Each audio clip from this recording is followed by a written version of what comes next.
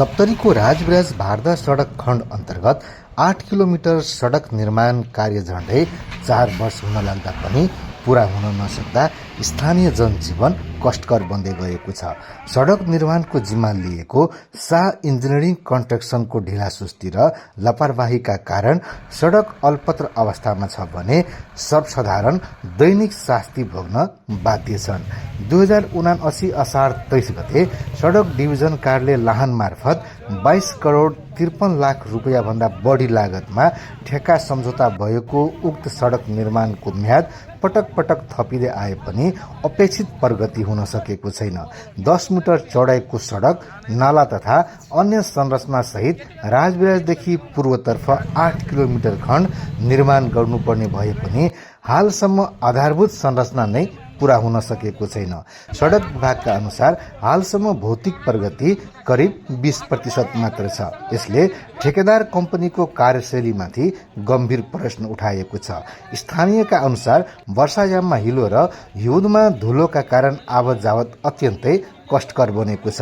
Ambulance, विद्यालय जाने बालबालिका तथा दैनिक यात्रु सबैभन्दा बढी प्रभावित भएका छन्। विशेष गरी हावाहुरीका बेला सडकमा पानी नछर्किँदा उड्ने धुलोले आसपासका बासिन्दाको स्वास्थ्यमा समेत प्रतिकूल असर पारिरहेको छ, जसले गर्दा स्थानीयमा श्वास प्रश्वास सम्बन्धी समस्या बढ्दै गएको छ। यसैबीच निर्माण कार्यप्रति असन्तुष्टि जनाउँदै स्थानीयवासी सडकमै उत्रिएका छन्। गएको बुधबार तोपा र आज झलीमा युवाहरूले चक्काजाम गरे। उनीहरूले तत्काल सडक निर्माणलाई तीव्रता दिनुका साथै धुलो नियन्त्रणका लागि नियमित पानी छर्किन माग गरेका छन्। चक्काजाममा उत्रिनु भएको छ, खास कारण के हो?